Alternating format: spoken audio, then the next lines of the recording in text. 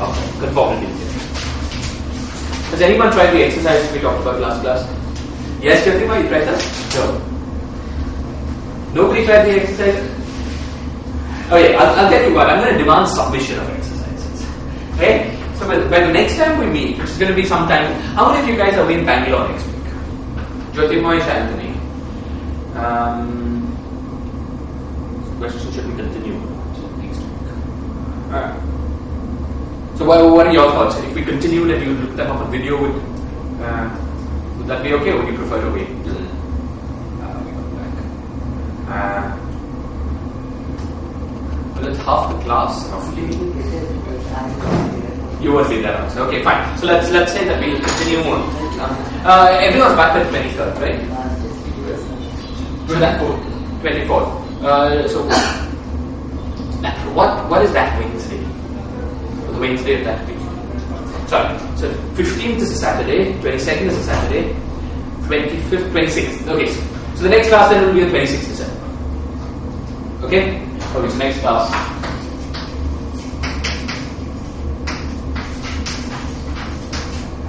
Okay, sometime today or tomorrow or over the weekend, I'll send you an email with a list of about 10 problems. And I want you guys to solve and submit to me.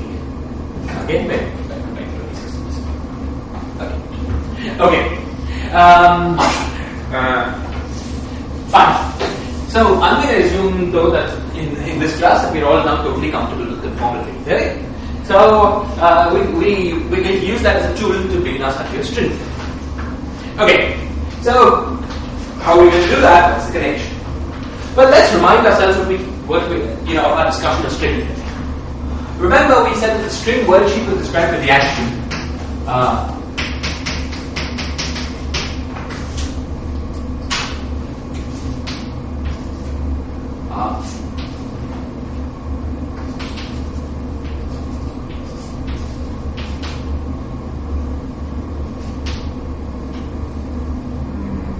Let's get to that space. Yeah. When G is the worksheet metric, the metric in space, time time in space is just to fill in. Okay. So, what are we going to try to do in order to study string theory? Okay. So, in order to study string theory, we're going to try to solve this path integral. So, what do we want? We want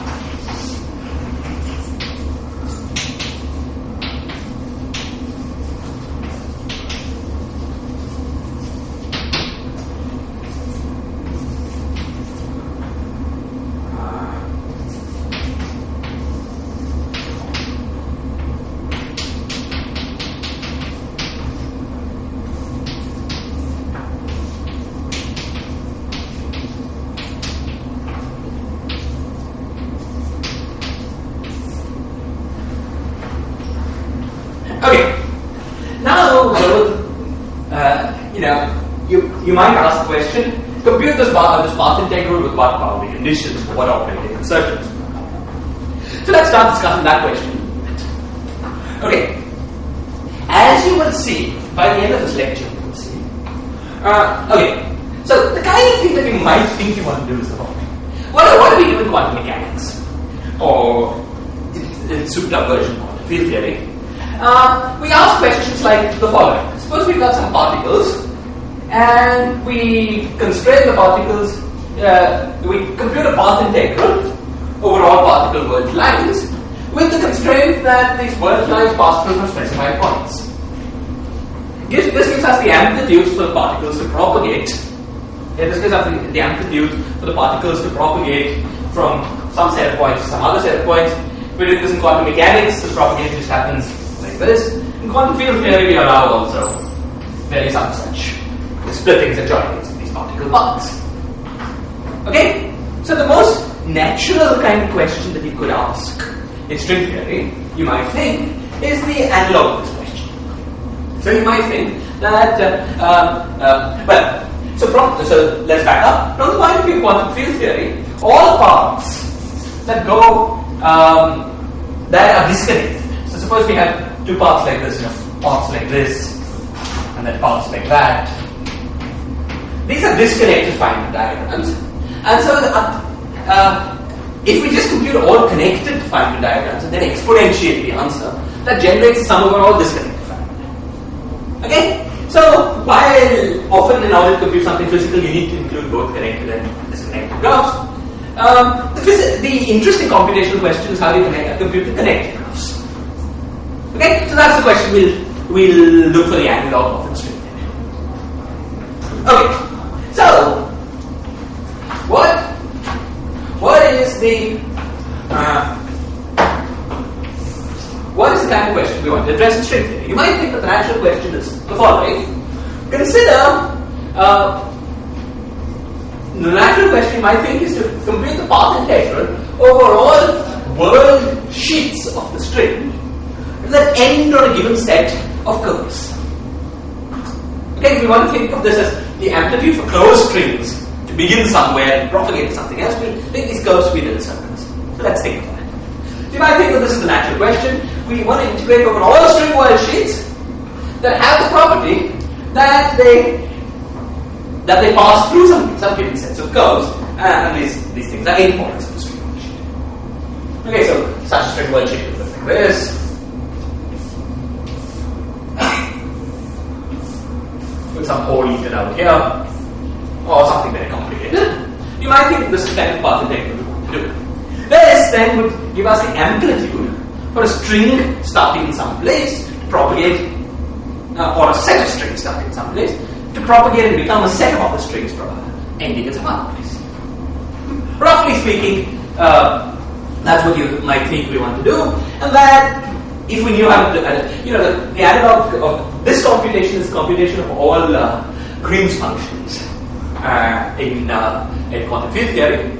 If you know all Green's functions, you know everything there is to know about field theory. So clearly, if you do this calculation, you know everything there was to know about the string theory. You may have to think about how to extract the information you want, but it's all there. Okay. So this looks like a very nice and interesting kind of calculation that one can do. But as I will explain to you by the end of the lecture, we do not know how to do the analog of this calculation in string theory. Okay? If you give me some arbitrary set of curves and demand the amplitude for strings to begin and end at these set of curves, we do not know how to do this calculation. The technical reason for our lack of knowledge of how to do this calculation will become clearly hopefully very speech. Okay? However, I want to spend 2 minutes talking about the physical well, it could be. There are 2 possibilities at this point. It could be that there is a way to do this calculation and we haven't yet been smart enough to figure it out. Or it could be that there is a fundamental restriction which tells us that we can't do this calculation because it doesn't have a well-defined answer. Okay, it's a little like asking for what is the position and momentum of a particle in quantum mechanics. It's a stupid question to ask. Okay? So it could be that sense, or we don't yet understand quantum gravity well enough to be totally sure of what I'm going to be saying now. But I would say that there are some indications that the second thing is at work. That it's just not a good question to ask. And the indications, while very vague, go roughly as follows. You see, string theory, as we've already seen, is a theory of gravity. Okay? So now, gravity in particular is a gauge theory. It's a gauge theory for the gauge of diffeomorphisms. Roughly speaking, local Lorentz transformations more accurate. Okay? So, in any gauge theory, the kind of questions the set of questions you're allowed to ask, questions to which there is a gauge invariant answer. Okay? Now, while in the quantum field theory, the question of what some Green's functions at finite fixed points of field insertions are is perfectly well-defined question. In the theory of gravity, that's not manifestly well-defined. It's not manifestly well-defined because if you ask for phi of x, phi of 1, phi of 0, what does that mean? What is 1 and 0? These are arbitrary labels to points which change up to diffeomorphisms. Okay? So, arbitrary correlation functions of fields should not be well defined in the theory of gravity because of these things are not diffeomorphically invariant observables. It's like asking for correlation functions for a mu in a gauge theory. And it's not well defined. Different gauges give different answers, you don't care. It's not a good question. Okay? Now, so once you said this, you might say, okay, that's all very well. But then, if that's the case, what are the good questions you can ask for theory of gravity? So the questions that you have to ask have to be gauged there. Now, a subclass of gauge-embedded questions, and I emphasize that this is not the only set of gauge-embedded questions, not at all. Though people sometimes say it is, it's nonsense, I think. But anyway, subclass of gauge-embedded questions you can ask is the following. You can ask for these correlation functions once the points of these at which you insert these correlation functions are taken off to infinity. Basically because when you do the path integral of any theory, you do it subject to some boundary conditions. Okay? So, while you allow yourselves to make arbitrary diffeomorphisms in the bulk, you freeze what's happening at the boundary. Basically, roughly speaking, because fluctuations of everything, we should be looking at metrics that fluctuate, but fluctuations of the metric at infinity generally are infinite action kind of things. They have to fluctuate over a very large range in order to reach infinity. Okay, so it's usual in quantum field theory and in our setup of quantum gravity. You see this very clearly actually when you start doing semi-classical gravity, for instance, the ADS space.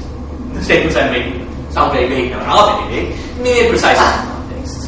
The way you do the path integral is by freezing the metric at boundaries, allowing it to fluctuate in bulk. So once you've done that, insertions of things at boundaries are well defined. Nice engagement because you're not allowing the metric to fluctuate in the boundary. Is this clear? Now, insertions at the boundary, correlating functions that are inserted at the boundary are essentially S matrix elements. Okay, how do you get an S matrix element? You get an S matrix element by summing over all insertions with a weight factor for e to the power kx. But that weight factor goes over all x and is dominated by what happens at infinity.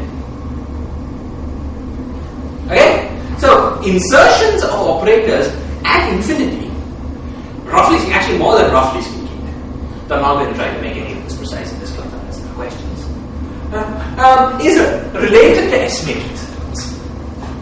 Okay? So, the kind of questions that you might want to ask, the kind of question that you might want to ask, the kind of question that will have a gauge, a diffeomorphism invariant answer to it. In a path integral describing fluctuating gravity, provided you work with sensible boundary conditions. These boundary conditions are almost in sensible spaces forced you by dynamics. Okay? The kind of questions that one set of questions you might want to ask about is about S matrix elements. Okay? What is the amplitude for things to come in from infinity and be a certain way that you can specify at infinity? Okay? And then interact and go out to infinity and reach a certain state that once again you can specify because nothing is happening at infinity. Okay? So, philosophically, there is a big difference in a theory that has diffeomorphic invariance. There is a big difference between correlation functions at finite points and correlation functions at infinity, or more precisely, S matrix elements. Okay? Diffeomorphisms, the latter observables should presumably be well defined.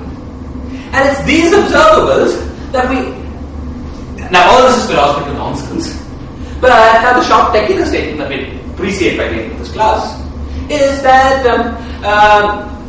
technically it's only the analog of the S matrix that we have yet understood how to compute in string theory. So it could be that this philosophical blah blah blah that I told you about is the reason for this technique. In fact, you should always be wary of believing philosophy. Could be that we've just not been smart enough. Many things are possible, but there's some reason, some general reason to believe that perhaps it's not just our stupidity that we haven't been able to compute more than S matrix elements, because at least most of the other things that we would like to compute are just not well defined. Just bad questions, the kind of questions you should ask. Okay? So all of this was just to motivate the fact that instead of asking this question, the question that we're going to ask, okay? The question that we're going to ask is questions about what the same path integral where these legs extend off to infinity.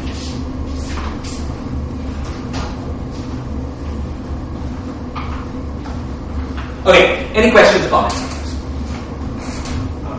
In quantum field theory, it is a very question to ask about what happens at finite time. Totally. And if we think that this quantum field theory is going to come out as a definitive theory or a key theory, then where does observation stand? Yeah, it's a very good question. So, so the question is, well,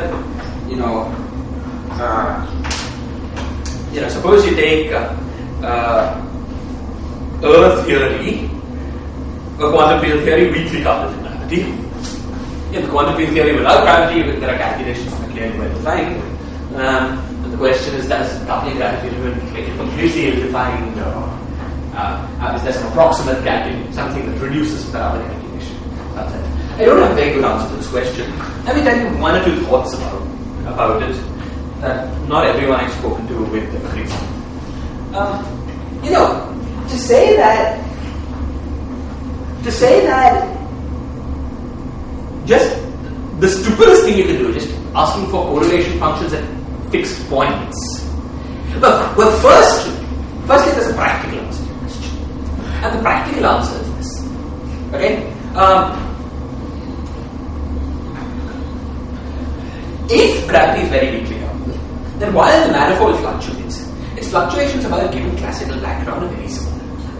Okay? So, the ambiguity about what you mean by phi of 0, phi of 1 is very small for practical purposes in the situation you're in. So, it could just be that. You're doing a calculation that isn't terribly well defined, but the error is very small. A little like classical mechanics is a good approximation to quantum mechanics. You can talk about positions and velocities and things in certain situations. Okay? It could be that that's the answer to your question. However, there's more to say about this. And the more to say about this is that, if you think a little bit, you certainly can create observables that are more local than X matrices, and that are diffeomorphically invariant. For instance, you could ask for the two-point function between two operators that are separated by geodesic distance 1. Now, this is different from saying point 0 and point 1, because it's some average of all directions. But it's a clearly gauge-invariant, diffeomorphically invariant question. And it has information about how operators behave when they come sort of near each other rather than infinitely away. So, for instance, if you... Okay, what does it mean to say geodesic distance of order? Metric will be a quantum field. Will be a quantum field. So you could put in this, suppose you had two fields, some scalar field coupled together. Right? Suppose you wanted to compute phi of x, phi of y with a delta function. Okay? That says that gives the expression for geodesic. Given the metric, you can compute the geodesic distance between x and y. Right? So let me call that geodesic distance g of x and y, which is also a function of the metric. Okay? Minus 8. This is an insertion that I can make in the path diagram.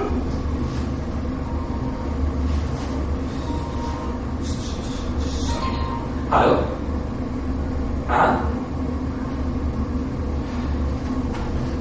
Okay, so we don't even know the metric, what is it? yeah, you don't have to know the metric, you see, because this is some function of the metric, and then you do a path integral over dg. Okay, fine. What is x? To parameterize with any set, you take any metric and parameterize it with some coordinates. What coordinate system doesn't matter. Okay? The question is this in... But some metrics might not allow some coordinates. Okay, yeah. So it could be that there are global constraints like that. It could be that something like that. It could be that this is not getting enough. Okay, it's possible that if you allow really wide fluctuations, change topology and some parameterizations. Okay, such problems are also. I don't know. That's good. Naively, though, this is a gauge-invariant insertion. Provided you fix the topology of the manifolds over which you're integrating. Suppose that all the manifolds that you're integrating, there's a one-to-one map between them. So you can parameterize them by say same class of coordinates. Then this looks well behaved. Maybe there are more issues. Okay, you see, such questions are hard to answer until you know something about the theory of gravity. But okay, let's leave it at that. Okay, I don't think anyone really knows the answers to all these questions. Okay. So, when we take the practical point of view, now we're going to only compute X matrix elements in string theory. We'll see why. We'll see what goes wrong if we try to.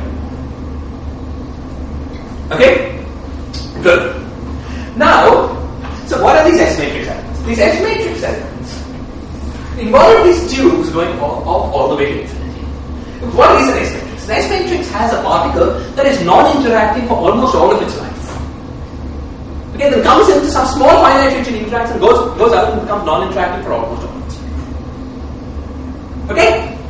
So these non-interacting particles, these things we have good control. We can certainly describe them. Because this is just particles propagating on the cylinder. This is the kind of thing that we solved for at the beginning of our lectures. We know all the possible states that will come in and go out. Those are the states of the free string propagating on the cylinder. Okay? Now, the next thing we know is the following. That in order to do a path integral like this, okay? In order to do a path integral like this, instead of doing, okay, go. So far we've been in Minkowski space. Now the next thing we want to do is the following. We want to try to turn this calculation into a calculation in Euclidean space. We want to do that because Euclidean path integrals are much better defined than Minkowski path integrals. Okay? So we want to convert this problem for which we have some intuitive sense of what we want to calculate into a problem which has a precise formula. So how do we do that? So what does it mean? What does it mean to take a Minkowskian calculation, convert it into a calculation in Euclidean space? So let's try to answer this question with the simplest theory of gravity, the theory we started our first lecture with, namely the theory of a point particle, a relativistic point particle in the Polyakov formulation. Okay, so suppose we have the action S is equal to I, and then we have x dot square, x mu dot square, phi eta minus m squared eta. Sorry, S is I is 1.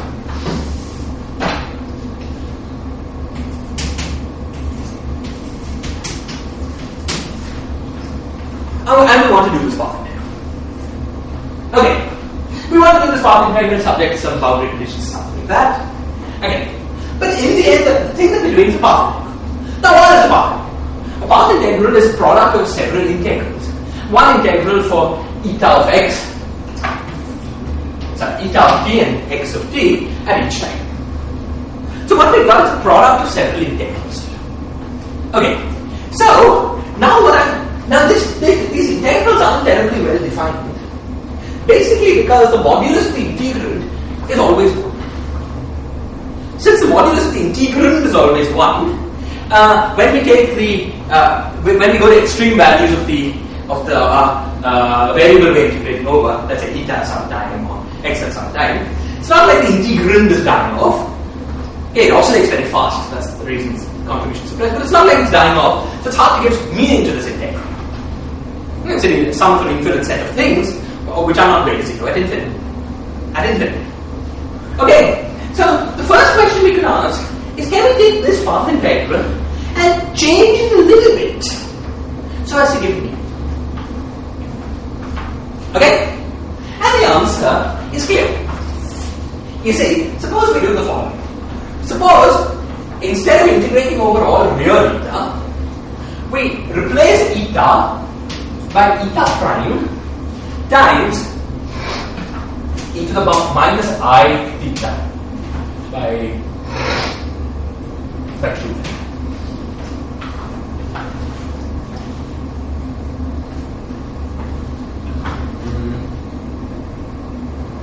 Okay.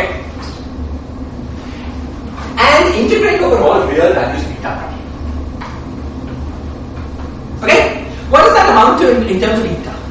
In terms of eta, it amounts to change think of the integral over eta at any given time. What I'm saying is that true at any given time. Think of the integral of eta as an integral on the real axis of the complex plane. Okay? What this amounts to doing is to say that instead of integrating eta like this, I'll integrate it with a certain phase. Okay? I'll integrate eta. So eta, for instance, goes from 0 to infinity. So I'll integrate eta along this contour.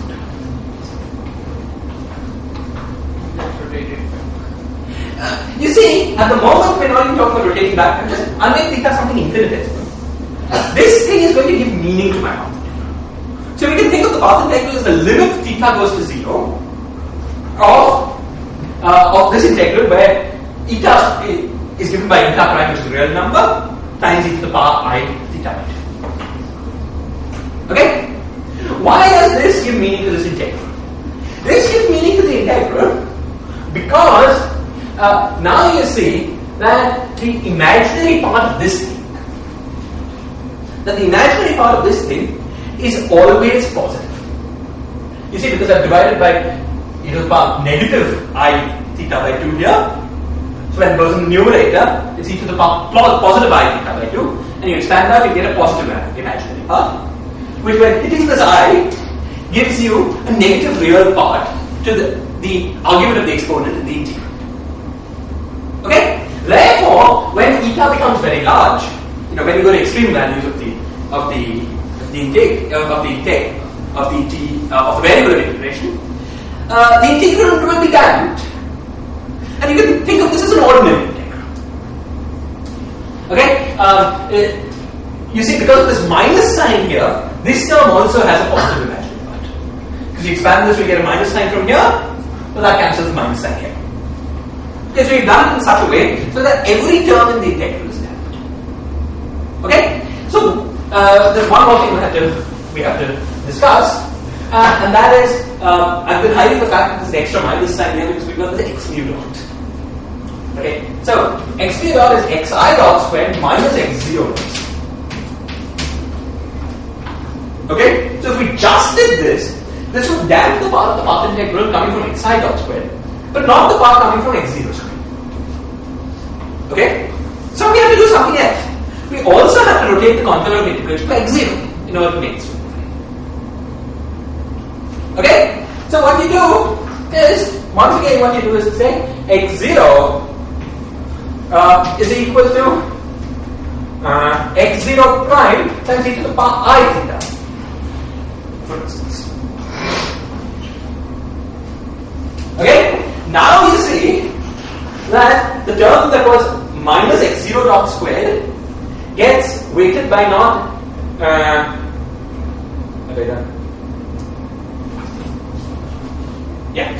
this is minus. The term that was minus x since that's squared we don't need sorry, let me get it. Yeah, this will do.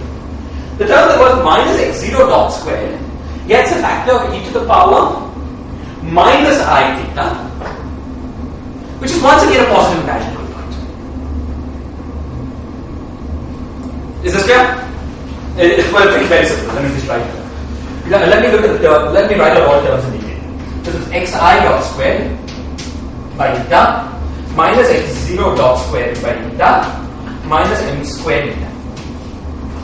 Under this shift, let's look at the phase factors for each of these. Here, what do I get? I get e to the power I theta. Here, what do I get? I get e to the power minus I theta, but it comes with a minus sign. Here, what do I get? I get e to the power minus I theta, but it comes with a minus sign. So every term is positive imaginary. And so the integrand, including the I, the thing that appears in the argument of the exponent, including the I, has negative real part. Okay? So changing the contour of integration in this way, okay, is the same thing.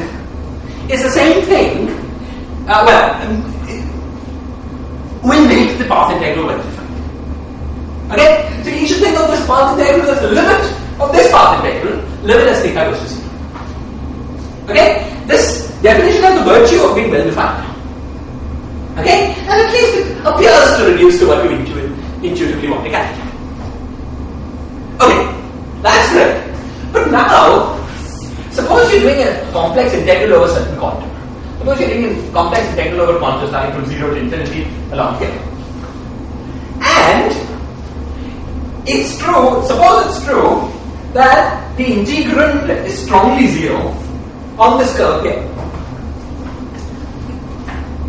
Then, if you deform the contour of integration to this thing, you get the same answer. And provided the integrand is analytic. Okay, provided the integrand is analytic, which is certainly true of everything we're looking at. Nice exponential functions. Nice analytic.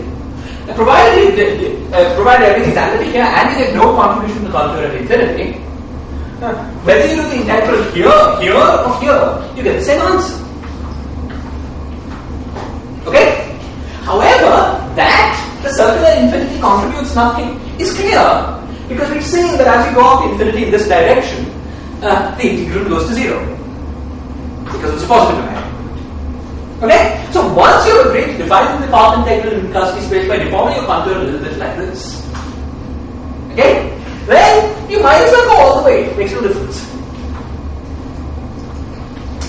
And all these arguments, of course, heuristic. Heuristic because this is not really an integral. But if you regulate your path integral, you have a way of regulating your path integral, reducing it to a finite set of integrals and so on, I think these arguments are basically precise. They're just arguments of analyticity in complex analysis, and which is true. All the subtleties will come in taking continuum limits and so on. You agree to forget about all of that. These things look precise. Okay? So, instead of, what is the net conclusion? The net conclusion is that instead of making this mild change of variables, we can make stronger change of variables by replacing this by minus I. Sorry, what was it? I theta minus, sorry. It was minus I? Yeah, okay, great. So, we replace it by minus I and we replace this guy also by minus I. Okay. Now, once we do that, what happens to our integral? Okay, so we have an I here. This guy picks up a minus I, so we get a minus. This guy picks up a minus I, but it's minus I squared. So once again, so when we do it, what do we get? So the path integral turns into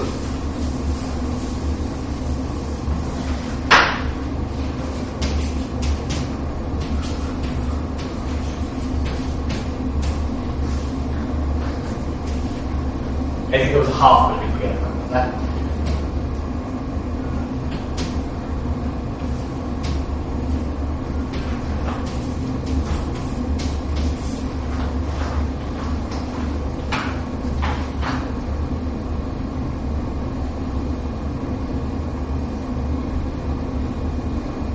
Okay, so the path integral turns into this object. And now the reason for this being much better defined is clear, right? What you're doing is now integrating not over phases, but over negative real, the argument of the exponent is negative real numbers. You go to some extreme value of integral space with a very large negative real number, greatly damp out the contribution in the integral. Okay? So, taking this point of view, the Euclidean path integral, okay, is simply a definition and then is simply the analytic continuation of the Minkowskian path integral. So Euclidean path integral is simply the analytic continuation of the Minkowskian path integral once you've taken the trouble to make the latter object defined. Okay? So this Euclidean path integral that we've been studying when we study conformal field theory, the reason we study it is that it's just a technical trick to compute the Minkowskian path. Unless you're doing some finite temperature calculation, you're often not interested directly in the Euclidean path integral. But if you know how to compute the Euclidean path integral, you know how to compute the Minkowskian. That's the reason for your interest. Okay, great. So that's what we're going to do. We're going to start doing the calculation in Euclidean. Okay, I have to say two more things. Though I won't try and show it to you. Firstly, if you take the string theory path integral and replace the integral over metrics by integral over iron bounds, And then you make the Einbein corresponding to the time-lag direction. You make the same change of variables there on the Einbein corresponding to the time-lag variable and the same change of variables on x dot. Exactly the same argument goes through. Okay, so this is an exercise. This will be one of your exercises. Okay, to show that if you take the trouble to make the string theory path integral written in terms of Einbeins and x fields, well defined in Minkowski space, when you use complex analysis, you just get the Euclidean path integral that we've been studying. Okay? This is I'm based only on the question. On the question. Space-time is flat space.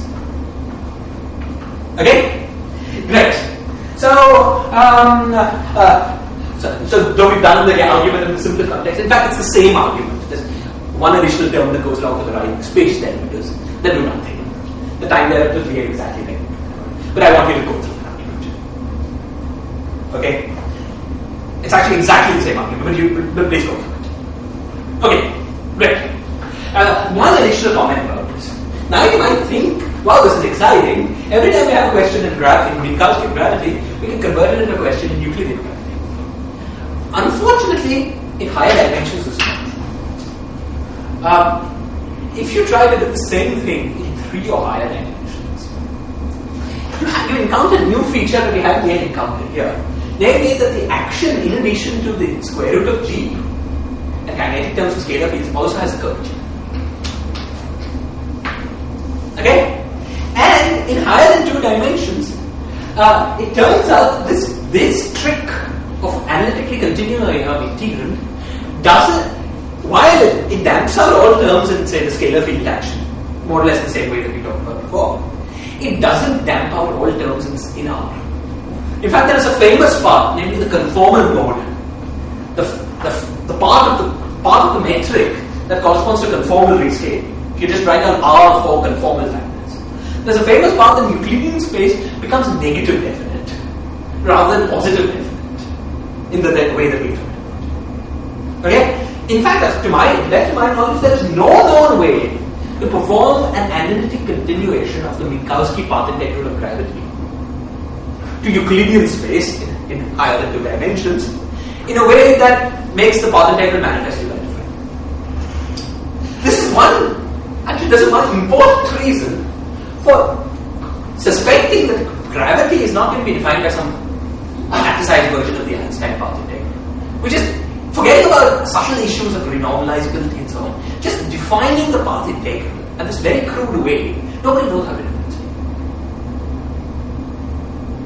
Okay? So, everything that we've talked about, this Euclidean continuation, while it sounds completely reasonable in 0 and in 1 and 2 dimensions, if you try to do the same thing in 3 and higher dimensions, the status of what you're doing is terribly unclear. Okay? Because it's not like this continuation gives you a better defined path integral than before. In fact, it gives you worse than the defined path integral than before. So at least when you have just phases, all moduli will remain in 1. When you rotate a little bit, the moduli will go up in some dimensions. Okay? So this Euclidean continuation is a trick that sometimes is useful, but you should examine case by case. It's not always guaranteed that it's a good thing to do. Okay? But in the problem that we're looking at, it is a good thing to do. At least at this time. Okay? Great. Fine. So now that we've done Euclidean continuation of our path integral, what are we going to try to calculate? So we're going to try to calculate these world sheets. Some overall string world sheets that go up to infinity and have these long tubes and do whatever they do. Please. So actually, suppose we did not do the analytic continuation, then even though the integral would not be well defined, but we know that it's not that the integrand is vanishing, but it's cancelling out because of oscillation. Because of the oscillation. Yeah. And in the other case that you mentioned, there also you're saying that the integrand may not be well defined, but actually it might be finite because of such a thing. No, I think that just as a mathematical integral, once you analytically continue it like this, it's just ill-defined. Because there are some directions, field space, where it diverges. And then unless, saying it's sum over positive numbers, some of which are infinity. Unless there's some conspiracy from dynamics to give you measure effects that suppress the region of field space, that gives you divergence enough so that it's not, it could be that there's some, but naively, it's just not well defined. So naively you've got an integral that may or may not make sense of the real axis, but certainly does not make sense as if you turn it linear. Okay? I don't know what this is saying about gravity, but it might be an indication that doing the path integral over the graviton is not the right way to think of gravity. Because we don't know how to make sense of the concept at all. I mean, at a very naive level, I'm not talking about subtleties about renormalizability and all of that. I'm just talking about giving a basic definition of the path integral that appears to a high school student who looks at it to make sense. Okay. Okay. So, fine. So anyway, we're going back to computing these sum over Euclidean worldsheets.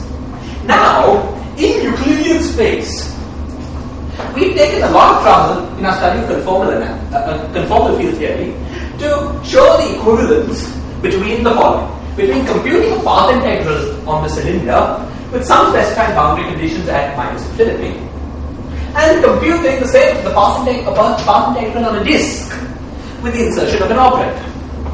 The operator being determined by being the operator that is dual to the state that define the boundary conditions at minus infinity. So what we want to do is to start scattering with some states. Okay? So we want to find a cylinder with some state propagating along that cylinder. We want to do this path integral, but that we know is the same as this path integral. The path integral with a disk, for a disk, with an operator, with the corresponding operator inside. Okay? Therefore, the question about having string worldsheets going all the way to infinity in some particular states has a nicer looking mathematical element. Okay? It says take the string worldsheet, insert operators dual to the states that you want to scan on this worldsheet. Let this worldsheet do whatever it wants. And at the end of the process, what you would have done is end up calculating a scattering amplitude for the states dual to these operators scattering each other. Is this clear?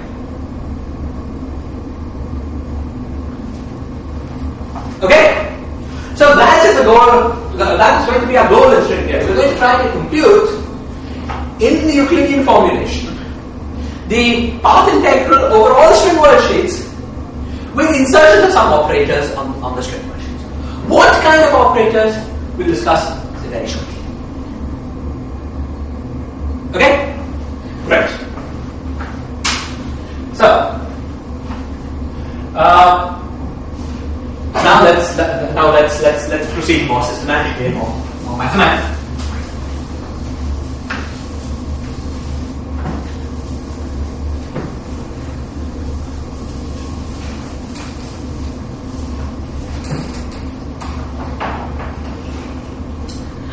Okay, so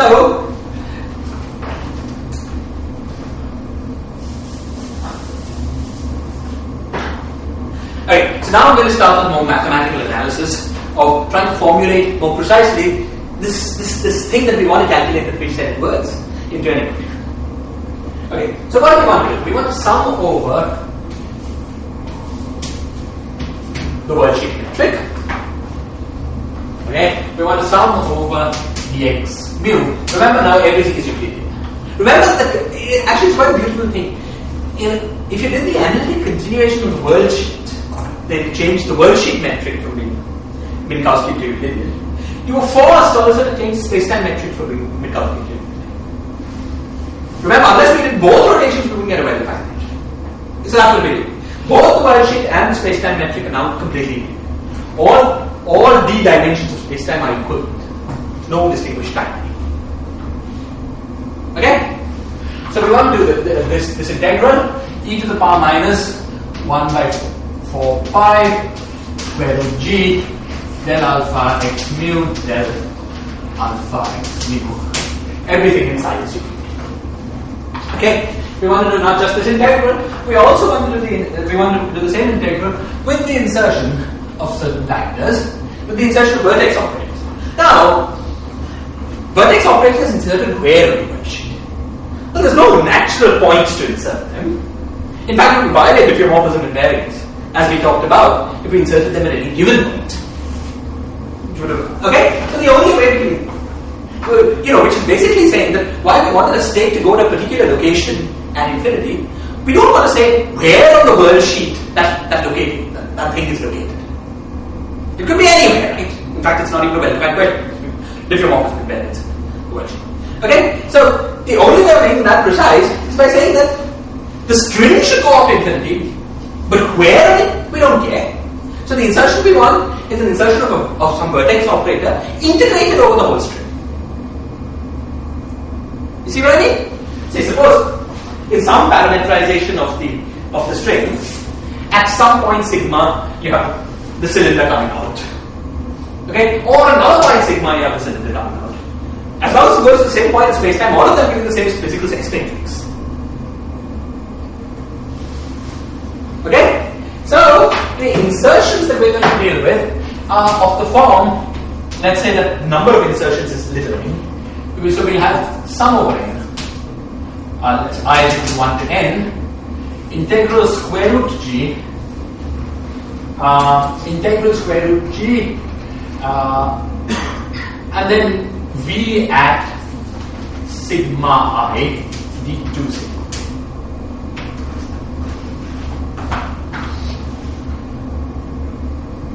What these operator insertions are going to be allowed to be, we'll see more clearly as we go along. At the moment, let's just keep that straight. Okay, so this is a path integral that we're trying to calculate. Analogous between the sources. It is sources in a field theory, you said? Yeah, it is at least sort of analogous to having including sources. But exactly, yes, it is. But as we will see, there will be a restriction as to which kind of sources we are allowed to put. That will be the key point about being restricted. If we were allowed to add any source, then we'd be able to calculate the amplitudes. You see, if we were allowed to, that would then effectively be making the path integral. In the end, we're allowed to weight it with delta functions at finite values. Yeah, so the answer is both yes and no. It's a subset of what you're allowed to do in a quantum field, as we go. So you see when we understand what the restrictions of these allowed sources are. And they will do alpha prime equal to? I should. Okay. Now, so we want to do this path integral. We want to do this path integral modular diffeomorphism invariance of the worldsheet. And, at least in our first round of understanding string theory, we would be most interested in path integrals that do not depend, such that the answer at the end, once we formulate the answer dynamically, the integral over phi is trivial, where phi is the conformal factor of the worldsheet string. Because otherwise it wasn't doing the same integral, path integral, as we should have been doing from the number direction. Right? We were interested in looking at this theory, at least to start with, for theories in which the conformal factor on the worldsheet of the string is not a dynamic mode. Okay, but fine. Now, how do we do such a path integral? This is a path integral in gauge theory. So what we do is to use the standard tricks of gauge invariance, and we finally know of gauge theory. So let's review how to do that in the context of this integral. Okay, so suppose we're working on a certain manifold. As we will see, we will want. Maybe I should say this immediately. Okay, but maybe I should say before. You see, suppose we were doing this calculation on the sphere. Then this would be the analog of this. Cylinder is going off like this. And if you take this and time slice it, what do you see? Okay, let me time slice it and let me make the diagram look better.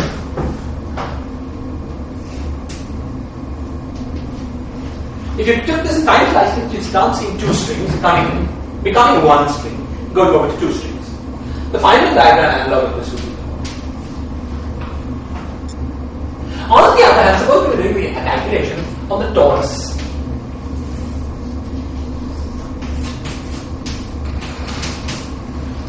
Then what will we see? Let me bend this torus matrix.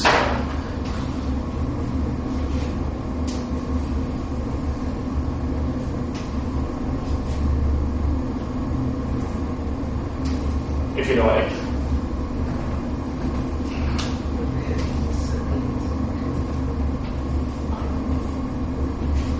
Okay, that's it. Okay, so what we're doing this calculation here, what would you say?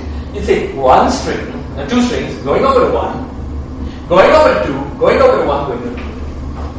What's the final diagram analog of this process?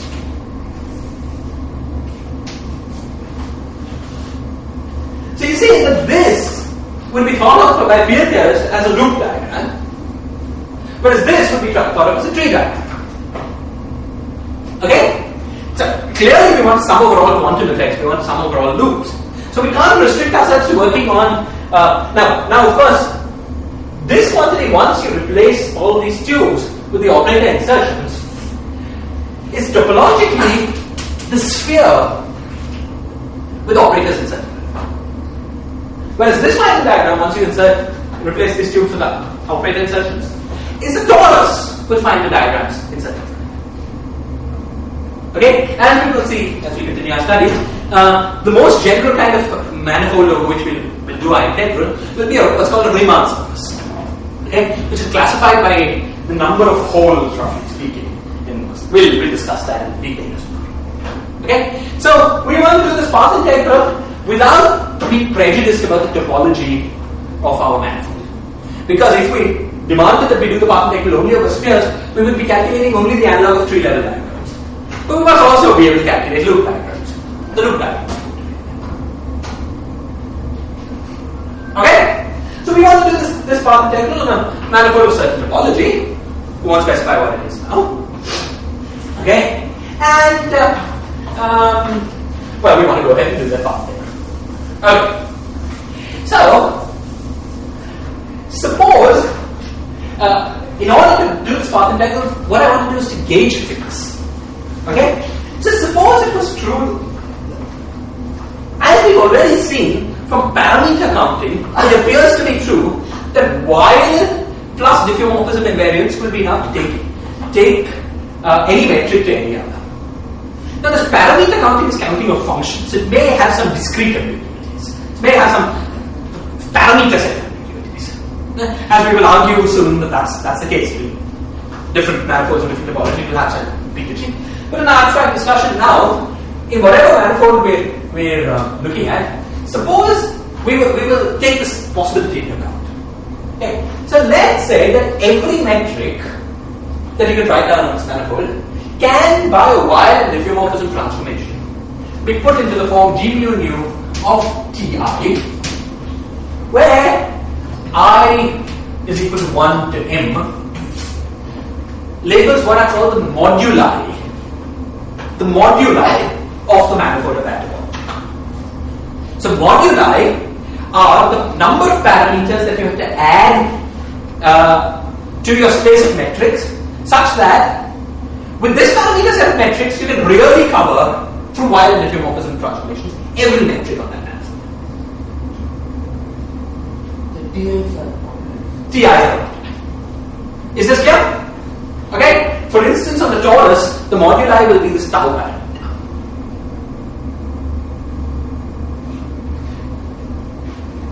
Okay? It doesn't matter at the moment. We'll study all these things in detail. At the moment, all we're saying is that it may be not entirely accurate. That you can take a standard form metric on a particular topology and through violent diffeomorphism transformations get any other metric. It may be that you need a standard class of metrics parameterized by some number of parameters, let's call them TIs, I runs from 1 to n, in order to achieve that. This will turn out to be the case. Let's keep that possibility. Okay. So that's the first. Okay. Now, there's something else that may also happen, and in general will happen. And that something else that may also happen is the following. It could be that there are some wild and diffeomorphism transformations that acting on a metric don't change it. We've seen examples of this. Somebody give me an example of this? Wild plus diffeomorphism transformations that by acting on a metric don't change it in flat space. Conformal transformations. Right? Analytic coordinate changes plus the appropriate wild transformation gives you back the same metric. Okay? So it could be that there are some combinations of wild and conformal transformations which acting on the metric give you back the same metric. Okay. Now we'll be careful about global considerations. Once we go, most of the analytic, the conformal transformations we talked about blew up at infinity. We will be only looking at things that are well defined everywhere in space. When we do that, as we will see, we'll always get a finite number of such things. Okay? So let's say that moduli, let's call it C. Let's say that J is equal to 1 to C represents the set of what we call conformal killing vectors. Why it's called that, we'll see. Okay? It's the number of parameters in the set of wild and diffeomorphism transformations that do not change a metric. Okay? Okay. What is the importance of the number of moduli? Well, the moduli tell you what parameter set metrics you have to integrate over in order to be able to relate any metric to this. The number of conformal killing vectors tell you that if you demand that your gauge, you fix gauge by demanding that your metric is put in one of these standard forms, then you will not have completely fixed gauge. There will be some gauge redundancy in what you're doing, and the amount of gauge redundancy in what you're doing is the conformal killing vectors. Is the number of conformal killing vectors. Because it is those set of gauge transformations, namely wild and diffeomorphism transformations, which do not change the metric. And therefore, if you put a gauge condition in doing the path, that will say that the metric must take a particular form, it fixes all the wild and gauge wild and diffeomorphism vectors except this one.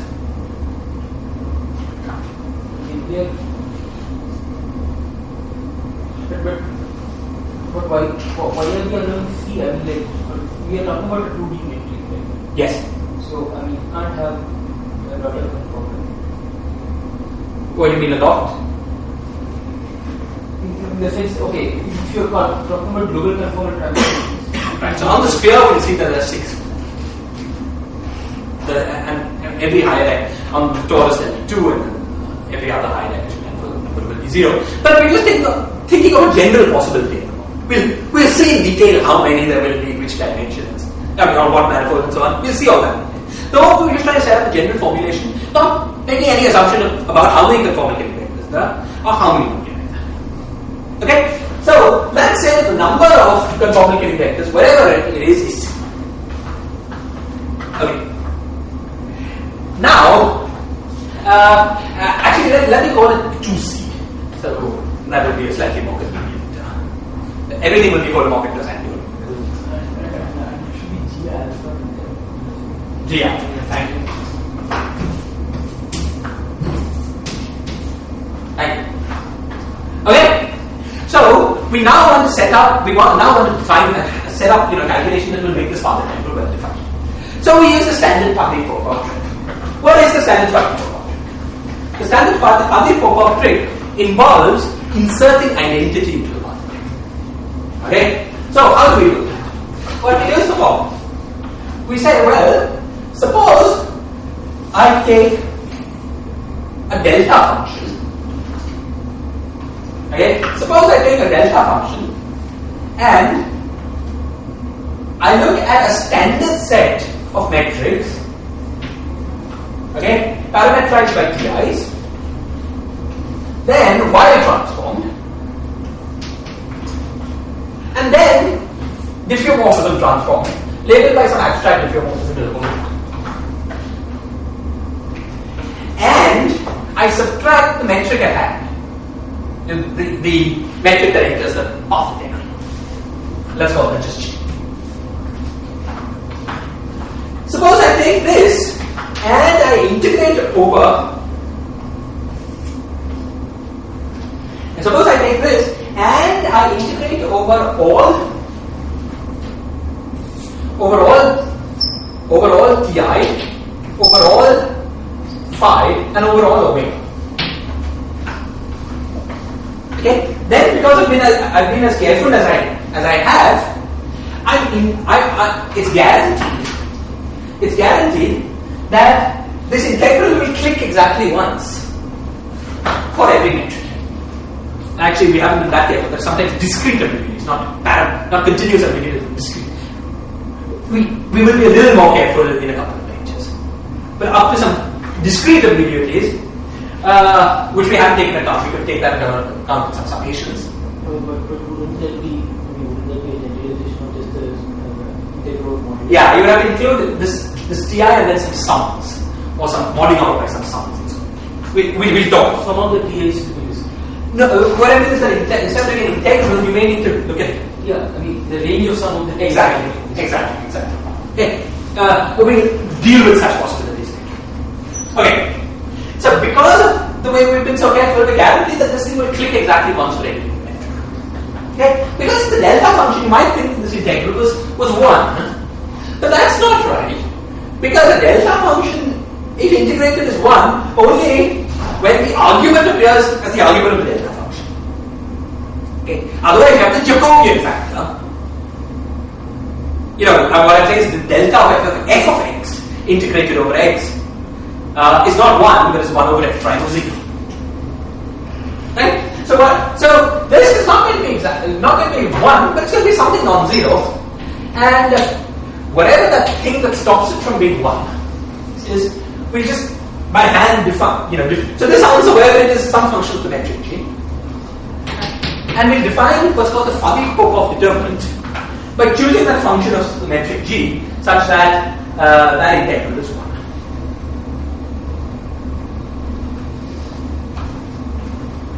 Okay, this thing depends only on G, so it can be taken outside the integral. The integral is an integral over T, phi, and omega, doesn't depend on G. Okay, so let me make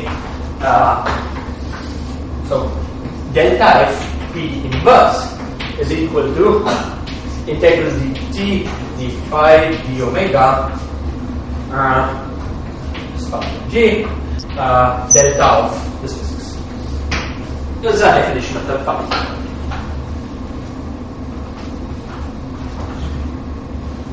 Is this clear? Okay, now this thing, this fuzzy Popov determinant is defined so as to be 1. Okay, it's defined so as to, so that this integral is 1. So we can take this object and bodily include it inside the path integral without changing its value. Okay? However, as we've seen, this will allow us, as you know, to fix most of our gauge derivatives. Because, as we see that, I see a little more detail soon. But because of these conformal taking vectors, will not allow us to fix all our gauge derivatives. Because there's some gauge invariances which this condition doesn't fix. So we want to do better. So we will also insert into the path integral. We will also insert into the path integral two two-dimensional delta functions. Sorry, C two-dimensional delta functions. And the way we do that is to choose C of these vertex operator insertions. Okay? And to put a delta function for the position of the insertion of C of these vertex operator insertions. Okay? So we will use the remaining coordinate freedom, remaining wild and diffeomorphism variance, to set the positions of insertions of C of the vertex operators to be C specified points that we choose. But we may not have C then in which case the path integral will not be well defined. We'll come to such possibilities. Let us assume we have at least. If we don't, we can't. But it will turn out that we just can't calculate such things, and there's always good physical reason. that are the case except for the torus, where there's a way out. Okay, let's get to that question. Okay, let's assume that I at least see what these are. You see, actually, basically this question, C is 6, but C, the way we define it, is 3 on the sphere, and is 1 on the torus. Now the torus has a special way, there's a special exit route to what I'm saying, which we'll discuss in a bit. But if we forget about the torus, which is an exceptional case, the only place where you have these conformal Hilbert vectors is the sphere. The answer there is 3. And basically the point is that we're computing something on shell. Okay, so in string theory, if you compute a 1-point function, we get 0 because it's a 1-point function of, because the background of basic equations of motion. If you compute a 2-point function, because it's on shell, what's the 2-point function of something on shell in quantum field? But what's the 2-point function at momentum p of a scale of field? Yeah, okay, it's the propagator, the inverse propagator, depending on how you want to think of it. Okay, but and p squared plus n squared, 1 over p squared plus n squared, depending on how you want to think of it. Okay, but now if we put the thing on shell, you get either 0 or infinity. See, so on shell 2-point functions have no information. On shell 1-point functions also have no information. Okay, so first kind of function that has information in it is a 3-point function, and that's the maximum number of conformal Hilbert vectors will always be 3. Okay, so that will be the reason that where you can't do the calculation, there will be no physically interesting question. So why would the 1-point function be 0? The 1-point function is 0 basically because what you're doing is asking for the vacuum expectation value of an operator, of a fluctuation operator around the solution of the equations of motion. It's the usual thing. 1-point functions. These things are fluctuations. Yes. Okay. So that's going to be the answer to your question. So it will always turn out for wherever there's physically interesting question, there are always at least these such questions. Okay, fine. So what we will also do is to insert, in addition to this delta function, we will also insert delta of sigma product I is equal to 1 to C, sigma I diffeomorphism transformed minus AI, where AI are some chosen numbers. You choose it to be 0, one of them to be 0, the other to be 1, some chosen numbers. Okay?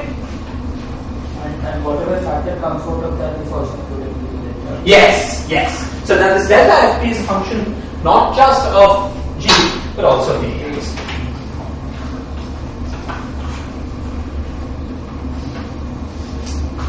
Okay? So this is the thing that we're going to insert inside the path.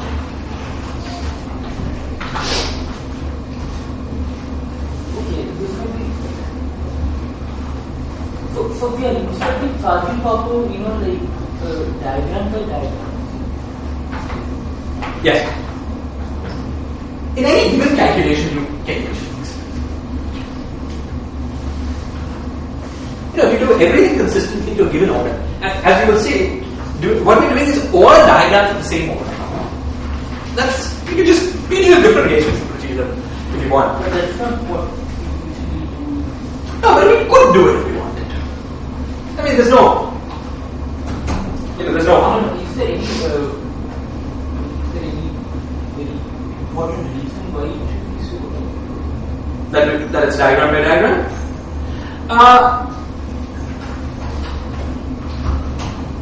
You see, if we were in field theory in the first quantized formulation, field theory is something very similar. For each diagram there's some path integrity. So what we're doing essentially is doing string theory in the first quantized formulation, which is why we're saying this thing. Okay. I don't think there's anything terribly, deep here. Okay, let's go. Fine. Now, the important part of this lecture will be to compute this delta. Okay? But first let's get rid of the trivial part. Once we've made this insertion now, what does this path integral do? Well, the first thing that happens is that you can replace you can use the delta function to do the integral over G. and replace G by this replace G by this replace G by this fiducial metric. Okay, there should be some integral over sigma I. Integral, thank you. So there's also an integral here over d to sigma I for every insertion.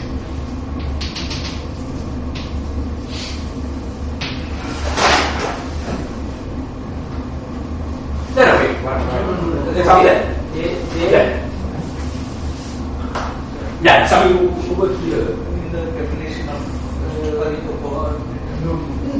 no, we want these sigmas to move to. We want to use our diffeomorphisms to move sigmas to point areas. Okay. Sigma is some given number, and we want to move it to be point 2.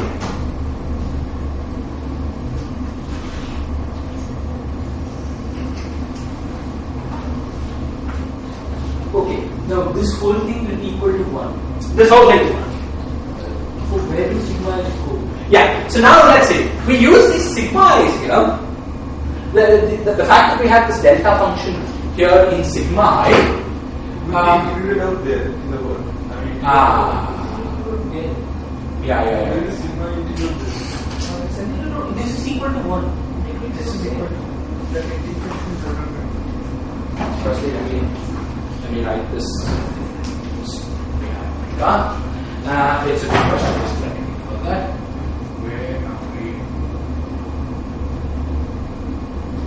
Okay, so since this is equal to 1, we can insert it in the path integral. How is it equal to 1? Where did the sigma is go? So that Okay.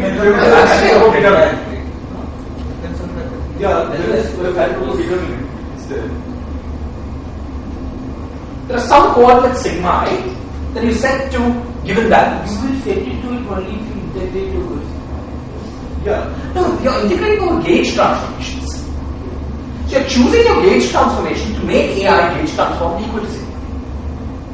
So this is a delta function on gauge transformations. I mean, this identity is true when you integrate over all gauge transformations. So this delta function here helps you to set some of your gauge transformations.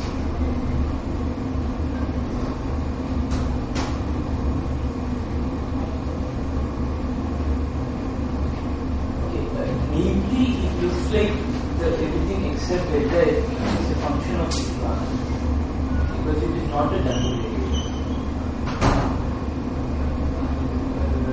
Fine. Let's make this sigma. You're right. If that's what it is. This is sigma.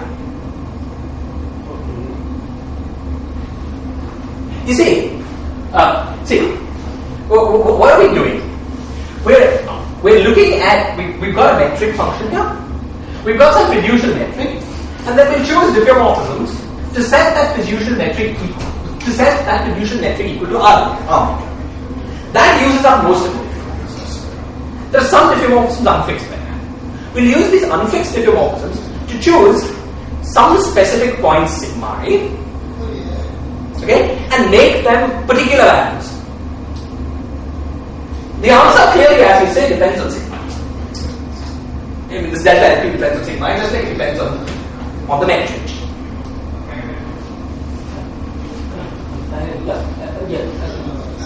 Okay, so but omega is acting on AI. Omega acting on AI just like it acted on this, the fiducial metric. Is this clear? Okay, fine. So now there are two steps. The first one step, which is the trivial step, is maybe I should just do the non-trivial things. Let us first now compute what this. This always sounds very unsatisfying because you put all your lack of information into some function which you're not saying anything about. Okay, so let's first, before we start using this, let's compute that function. Let's compute delta FP of GDS. Okay, how do we do that? Well, we do it using the definition. So let's clear this.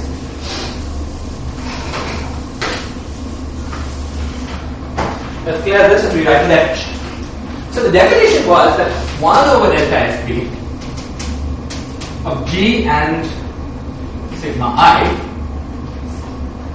is equal to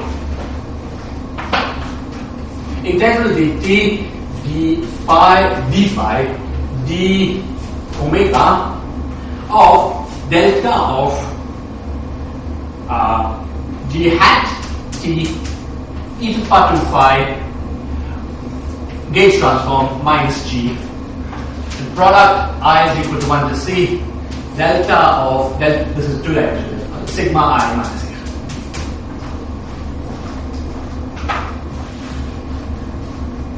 Okay. Now, in order to do this, so all we need to do is to compute that integral. If we can compute this integral, we know how to compute delta fp. But remember that this is an integral involving a delta function. So we only need to compute the we need to compute the integral only in the neighborhood of where this delta function clicks. Right? So what we want to make sure is the first step. So we only care about what this function is like in the neighborhood of where the delta function clicks. And then we will have got the full answer. Okay. So, in order to perform this calculation, well, what do? The thing we do is the following. Firstly, we have to say a little bit about this delta function. This delta function, as it stands, is not terribly well defined. We're going to, all this is very formal, but we're going to demand that this delta function has certain properties. In particular, we demand that the delta function is diffeomorphically independent. That is, if you take the delta function of some metric and minus some other, and you diffeomorphism transform both things that enter, it's invariant under that process. Is that clear? It's like saying delta of A minus B is invariant under translations, for instance, on the regular. Okay, so we're going to define this formal delta function, sort of like the delta function on a group manifold, where we know how to do such definitions. Okay, this is a little ill-defined because it's infinite dimension and so on, but we're going to say that we're going to assume that there is a definition of this delta function that has this property that is diffeomorphically invariant. Okay, and this measure is also not terribly well defined. What is the integral of over diffeomorphisms? But whatever the definition is, we're going to demand that it be diffeomorphically invariant. That is, you take a diffeomorphism, you define a new diffeomorphism, a new diffeomorphism variable as your old one compounded with a fixed diffeomorphism. Then this variable change has unit geometry. Why should such a delta function be? I mean, okay, I can understand if you wanted both of them together to be diffeomorphism. That delta gives a particular factor and etc. Okay, and delta. No.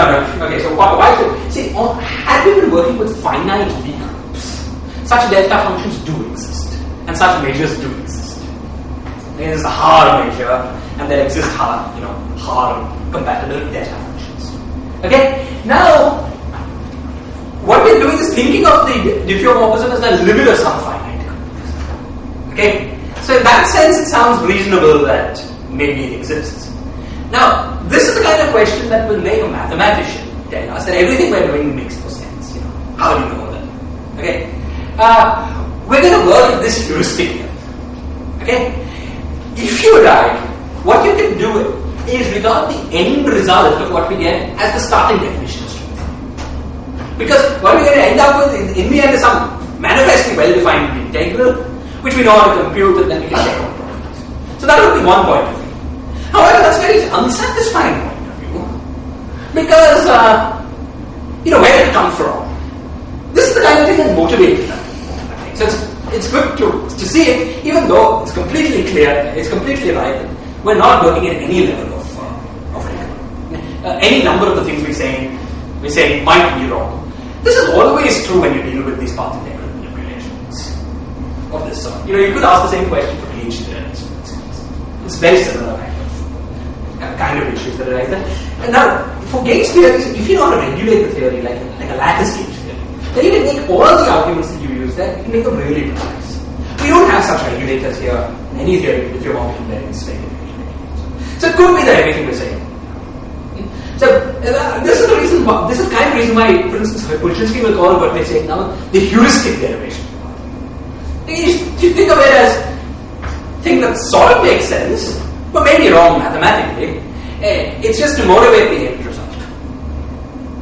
Okay? I don't think I have a better answer to such a question. You'd have to really study in great detail the space of all the diffeomorphisms and try to define the delta function there. So I doubt anyone's done it. Maybe some have.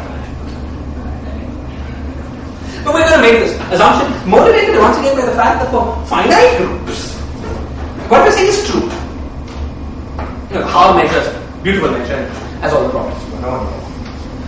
We're going to have to stop in 2 minutes. Okay, let's. It's a particularly bad point to stop since we've taken a 2-week break. We're not have to make one. Okay, let me just try to go on for 2 minutes. Let's see. Okay, so now what? Okay. You see, because of the you see that these two properties, the gauge invariance of the delta function and the gauge invariance of the measure, allow you to prove a simple but important fact about the Faddeev-Popov determinant, namely that this function, whatever it is a gauge invariant function of Gn sigma.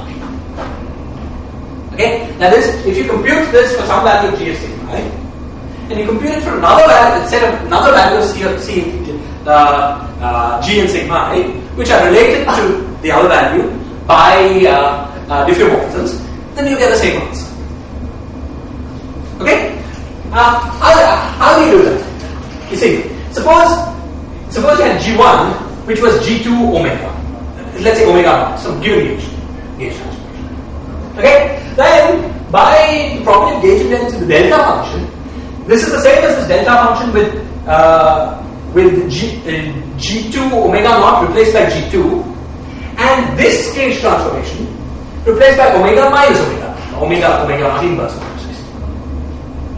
And then, by the invariance of the measure, you can change integration from omega to omega naught inverse. So now we change the variables, which gives you back the same, gives you back the same integral. There's no Jacobian because of the invariance of the measure, and so you've got an expression that is the Faddeev-Popov determinant of G1 or G2. Okay, so we've taken the Faddeev-Popov determinant of a metric and proved that it's equal to the Faddeev-Popov determinant of a metric and a coordinate, of course, that is related to it by a diffeomorphism transformation. Is this clear? So first property of this Faddeev-Popov determinant, it's a gauge invariant function of its arguments. Okay, since it's a gauge invariant function of its argument, we might as well compute it for the values of its arguments. Okay? At the values of its arguments where the delta function clicks. We know that there always is a gauge transformation such that the delta function clicks. Okay? So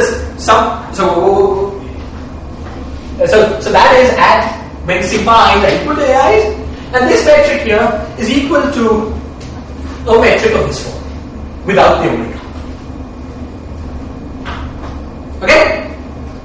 Good. So that's where we do this calculation. Now, so this thing is something of this form without the omega. Now, remember that in order to compute this integral here, we only need to know how this delta function, the argument of this delta function behaves in the neighborhood of omega equals identity. Because at omega equals the identity diffeomorphism, the delta function is kicked. Okay? And let's say that there's some, at that point we've got some e to the power phi naught times g of t naught. And so this metric is gauge equivalent, is diffeomorphism equivalent to e to the power phi naught of g hat of t naught. Okay? So we only need to compute this thing for diffeomorphism in the neighborhood of identity, and let's take this phi to be equal to phi naught plus some delta phi, and t to be t naught plus delta t. Okay? So we need to know how the argument of this delta function changes in the neighborhood to first order in delta t, delta phi, and infinitesimal diffeomorphisms. Okay? If we know that, we can compute the integral of this delta function. Is this clear? Okay, so now, knowing that is very simple. You see, all we need to know, as we said, is how a metric and coordinates change under an infinitesimal diffeomorphism, under an infinitesimal conformal transformation, and infinitesimal change of this moduli. So what's the change of the metric? G alpha beta is equal to del alpha v beta. Let's parameterize the infinitesimal diffeomorphism by del alpha v beta plus del beta v alpha. That's the change under infinitesimal diffeomorphism. Plus 2 delta phi times g alpha beta. G hat, how does it say? You know, the metric at which it takes. Okay? That's the change in, plus the change due to the modulus. So delta pi times del I of g hat of ti.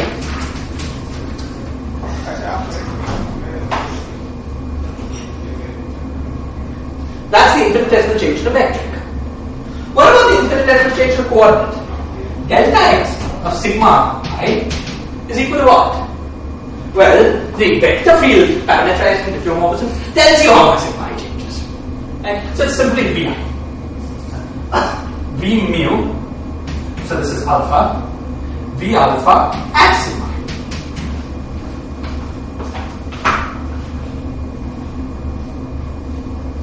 Okay? So, in order to compute delta fp, we can replace this minus this by these expressions. And then do the integral. Okay? So, 1 over delta xp is equal to integral d delta pi d delta phi d delta v we call it v alpha dv alpha times delta of this stuff times delta of this stuff.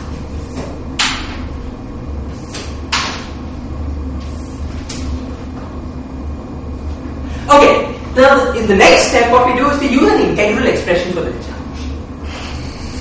The integral expression of the delta function simply says that delta of x is equal to pi omega x integral d omega with some 2 pi's which we don't care about. Okay? So, what does that give us? That gives us that this 1 over delta fp is equal to e to the power I, okay, e to the power I times integral of, okay, we'll stop at just one.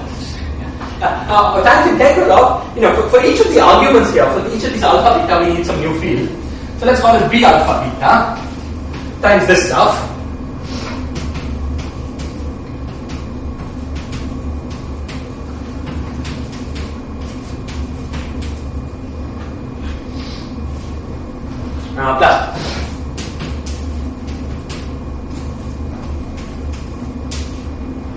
Plus I times, and for this we need some, let's call it z alpha, v alpha, or simply.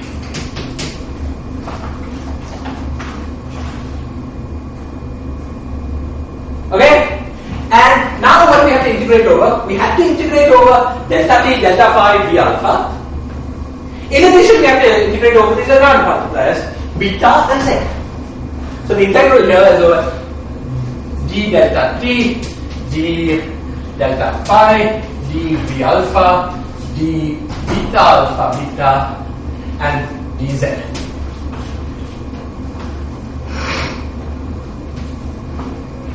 Okay? That's the expression for the inverse of the Fabry-Pop formula. Okay? Now, what we want to insert in the path integral is the Fabry-Pop term, not the inverse of the Fabry-Pop.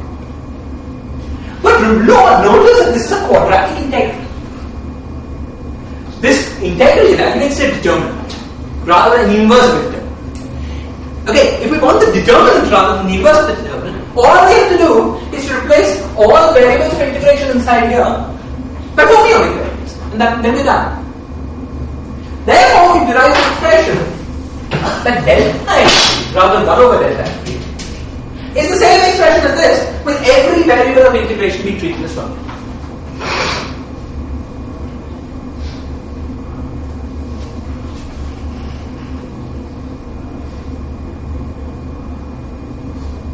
You see?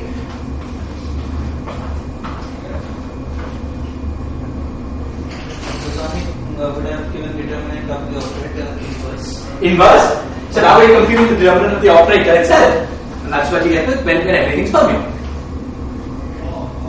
Okay?